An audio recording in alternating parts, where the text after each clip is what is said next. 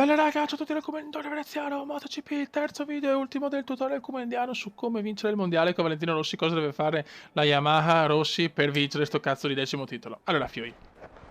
questo sarà un video un po' più tranquillo dove voglio spiegare in realtà il mio punto di vista un po' più serio, in maniera un po' più seria, ecco. Allora, intanto c'è da dire, Fioi, che siamo italiani, quindi perché non tifare per un pilota italiano? Come bisogna tifare per la Ducati,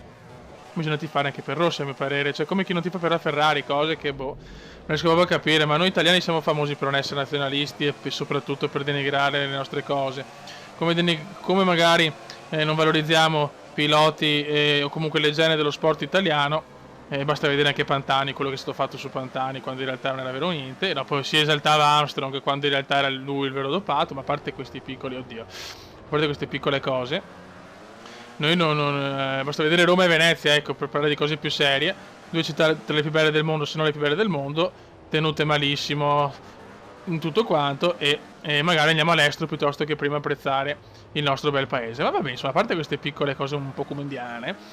c'è da dire, Fioi, che Rossi lo merita sto titolo. Fioi, 38 anni, 9 titoli mondiali, ancora la voglia di mettersi in gioco e di tentare di vincere sto 10° titolo. Per carità, Lorenzo, Marquez, tutti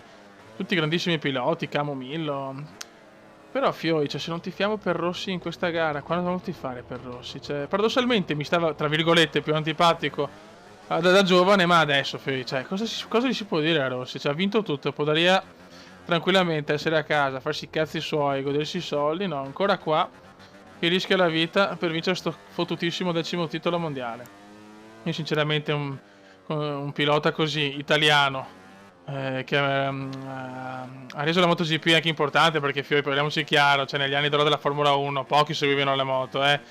cioè soprattutto anni 80 e 90, penso che tutti gli italiani del mondo seguivano la MotoGP o comunque la classe 500 come era una volta, ecco. Da quando è arrivato Rossi invece la MotoGP ha preso piede in maniera incredibile, tutto quanto. Guarda che mi sto guardando di merda, beh ragazzi, ma questo non è importante. E niente, quindi veramente tutti insieme tifiamo per Vale, cerchiamo di portare la bandiera italiana in alto. E dopo, Fioi, cioè anch'io, a me Marquez è sempre piaciuto come pilota, però un campione si vede anche da altre cose, cioè in questo frangente ha dimostrato di essere ancora un bimbetto, di non avere ancora le palle. Come anche Rossi, magari da giovane ha fatto degli errori,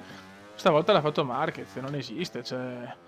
Lorenzo, poveretto, Lorenzo mi ha sempre fatto un po' tenerezza, l'ho sempre visto un po' lo sfigatello, per quanto forte, ma secondo me non ha mai brillato troppo di personalità, ecco, cioè alla fine tra Marquez, Lorenzo e Camomillo è Marquez il più forte, quindi una volta che non ci sarà più Rossi ho paura che sarà Marquez a dominare, nella speranza che Iannone o qualche italiano possa insomma venire fuori e far bene.